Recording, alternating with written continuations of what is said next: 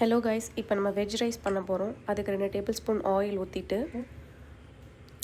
இங்கே காட்டுற ஸ்பைசஸ் எல்லாம் ஆட் பண்ணிக்கோங்க. பட்டை, லவங்கம், உங்கள் வீட்டில் என்னென்ன ஸ்பைசஸ் இருக்கோ ஜஸ்ட் ஆட் பண்ணிக்கோங்க. அது வதங்கினதும் வெங்காயம் போட்டுக்கோங்க.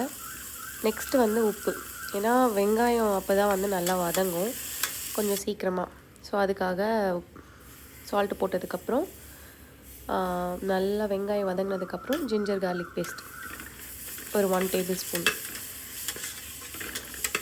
அதை போட்டு நல்லா வதக்குங்க. வதக்குனதுக்கப்புறம் உங்கள்கிட்ட கொத்தமல்லி, புதினா இதெல்லாம் இருந்துச்சுன்னா யூ கேன் ஆட். எல்லாமே ஆப்ஷனல் தான். இப்போ உங்களுக்கு எமர்ஜென்சியாக ஒரு வெஜ் ரைஸ், வெஜ் புலாவ் செய்யணும் அப்படின்னா இதெல்லாம் இருக்கிறத வச்சு செய்யலாம். நீங்கள் இல்லைனாலும் இருக்கிறத வச்சு செய்யலாம். ஸோ நெக்ஸ்ட்டு வந்து உங்கள்கிட்ட இருக்க எல்லா வெஜ்ஜஸும் ஆட் பண்ணிக்கோங்க. நான் வந்து கேரட், பொட்டேட்டோ, காலிஃப்ளவர், பட்டாணி என்கிட்ட இதெல்லாம் இருந்தது. ஸோ காலிஃப்ளவர் வந்து நான் சுடு தண்ணியில் போட்டு எடுத்து மஞ்சள்தூள் போட்டு எடுத்து வச்சுருந்தேன். ஸோ அதை ஆட் பண்ணிட்டேன். அப்புறம் என்கிட்ட கஸ்தூரி மேத்தி இருந்தது. ஸோ அதையும் ஆட் பண்ணிக்கிட்டேன். ஆட் பண்ணிவிட்டு பாஸ்மதி ரைஸ் வந்து 2 கப் எடுத்திருந்தேன். ஸோ வந்து 1.5 கப்பு தண்ணி ஊற்றினா போதும். ஸோ நான் வந்து 2 கப் எடுத்ததுனால நான் 3 கப் தண்ணி ஊற்றிட்டு தேவையான அளவு சால்ட் போட்டு அவ்வளோதான், ஒரு 2 to 3 விசில் விட்டு இறக்கிட்டு போகிறேன். ஸோ நெக்ஸ்ட்டு வந்து நான் காலிஃப்ளவரை 65 பண்ணலான்னு பிளான் பண்ணியிருந்தேன்.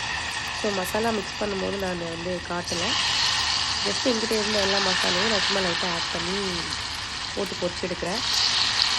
ஜஸ்ட்டு மிளகாத்தூள், மல்லித்தூள், மஞ்சத்தூள், அதுக்கப்புறம் வீட்டில் கரம் மசாலா, சீரகத்தூள், கொஞ்சம் பிரியாணி மசாலா, சிக்கன் மசாலா, ஸோ என்கிட்ட இருந்த எல்லா பொடியும் லைட்டாக ஆட் பண்ணி கொஞ்சம் கடலை மாவு, கொஞ்சம் கார்ன் மாவு போட்டு, கொஞ்சம் கார்ன் மாவு வந்து 65 ரேஞ்சு வரும் அப்படின்னு சொல்லிட்டு எனக்கு தான் ஃபஸ்ட் டைம்.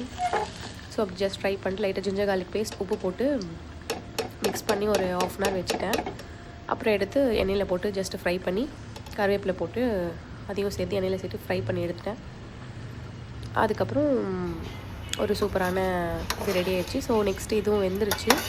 ஓப்பன் பண்ண எதுவுமே அடி பிடிக்கல, சூப்பராக இருந்துச்சு. இனிலேருந்து நான் வீடியோ போட ஆரம்பிக்கிறேன். என்னோடய சேனலை சப்ஸ்கிரைப் பண்ணிக்கோங்க. தேங்க்ஸ் ஃபார் வாட்சிங்.